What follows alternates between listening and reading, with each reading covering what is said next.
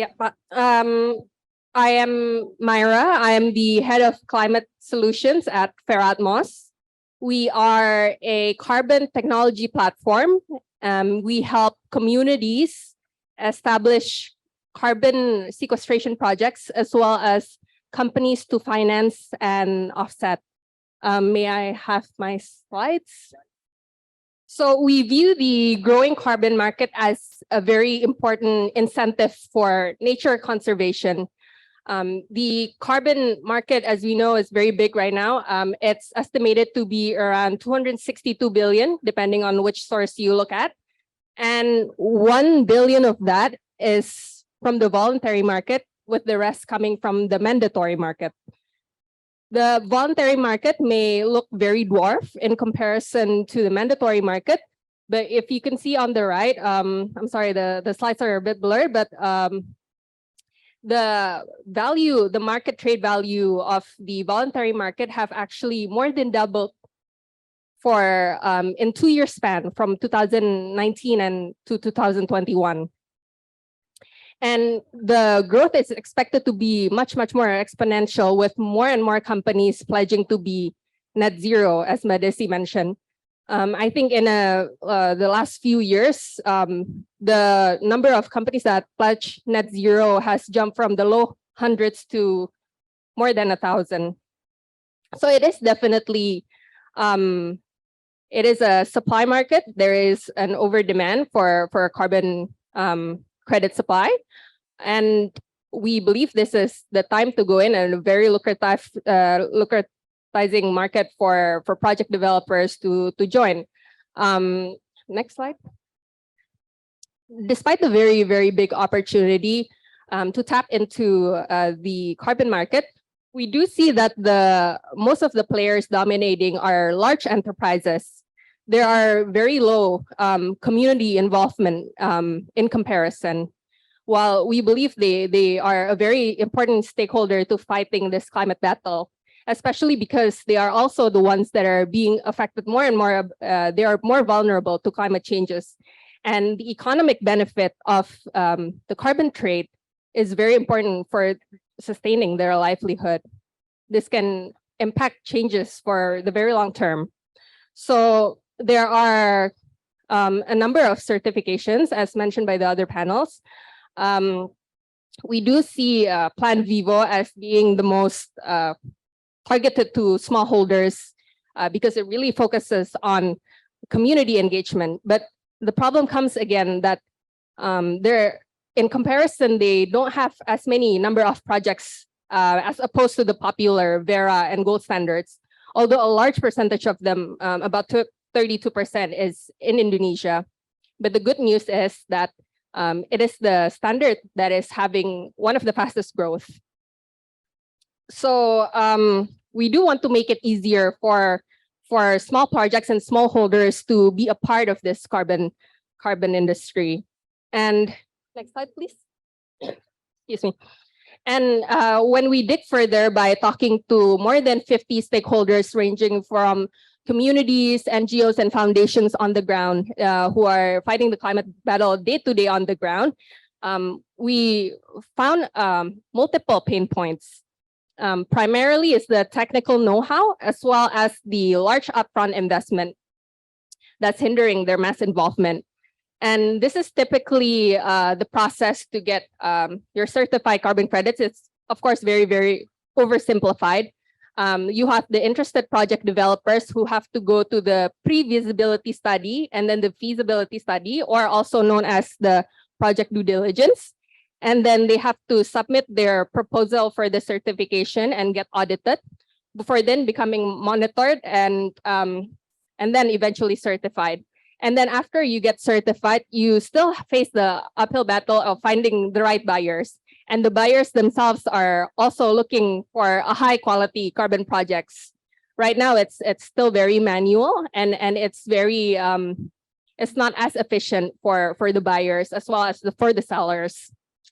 So these mainly the pain point number 2 and pain point number 3, as we see as the biggest, and they are really hindering project developers from even starting. They don't even know where to start. Meanwhile, we have more than 13,400 environmental organizations in Indonesia, and that data we took from the Kemenkumham, Ministry of Law and Human Rights. And we did an internal survey that more than 70% of youth in Indonesia want to take part in this climate action. So, next slide. So to reiterate the limited tech know-how and the large upfront investment, we feel like to mitigate this, it's really important to strengthen the technology in the process. So we at Fairatmos do really want to use technology to democratize carbon markets and to involve more and more smallholder communities in the action. And from our platform, we can onboard smallholders and communities to explore the potential for them to conduct this carbon sequestration projects more easily. So we use remote sensing technology, and we do streamline the assessment for the verification process. So for instance, for the first step, which is the pre-project due diligence or the pre-feasibility studies that all these certifications require, because of the automation and the amount of data we have available for the repetitive process and the data we have from the different types of projects in Indonesia, it takes us 7 days to know, to tell these small project owners whether they are feasible or not. And this is free on our website.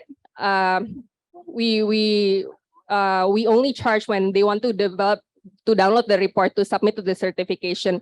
But just to know if they should continue on with the project, we do give that, we do lower that barrier.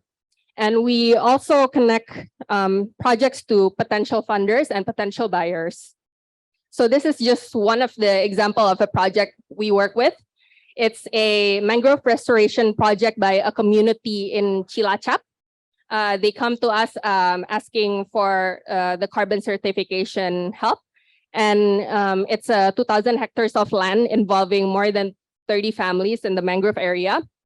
Its potential is about 700,000 tons of CO2 in 20 years.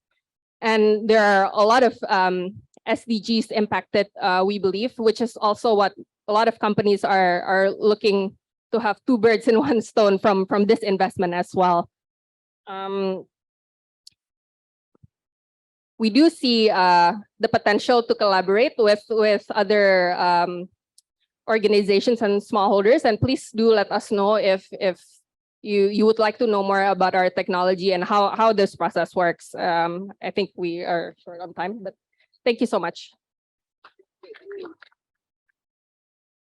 Thank you, Maira. So I'm happy that you raised several important or key words from it. It's companies trying to aim or set their targets for net zero. Yes. It can be very short. I mean, short term, 2030, for instance, Yes. for the net sink, and then it can be a long-term strategy for the 2060 Indonesia long-term strategy, net zero, and so on, right? Correct. Are those companies actually, if it's just a pledge, are they able to reach those targets? What are the technicalities that they need to reach those targets? Can you just briefly explain to us? Well, we believe that they are true to their words. And we believe that they are being held accountable from the stakeholders, like the consumers and the watchdogs and everyone else, the government. And I think this is the type of environment right now that because the eyes are all on these climate issues, it's getting much harder to just play with words, and everyone is being held more accountable. But we do see a lot of companies trying to tap into this market as buyers, and of course waiting for the pending approval from the regulation. But we do see a gap that people want to jump right away into the offsetting, but we want to strengthen the fact that it is really important to strengthen your documentation, your internal processes of the emissions that you produce first. So the first step we tell people is to understand your own data, to understand your own emission, because it's not an instant process. It takes a while to create a system that is very neat and that is accountable in the future. So even if you haven't, if the companies haven't started with the offsetting process, we do encourage them to start the first process, which is the baselining, because you can't measure what you can't manage what you can measure. And Fairatmos is comprehensively able to provide those. Correct, end to end. Okay, end to end. So is that, so what's your main priority? Where are you at now at this stage? Is it just helping the baselines or all the way up to trading? Or Our priority right now is to develop the supply, because there is a lack of supply. But the companies who do want to offset, we still help them end to end from the baselining process and so on. Okay, so I'm hoping that there's room for collaboration. As you know, the association, Of course, IDCTA, of course, is It's- also encouraging collaboration. Okay, good. important. Okay, I'm just going to see if Pat Ignacio is still online. Is he still online?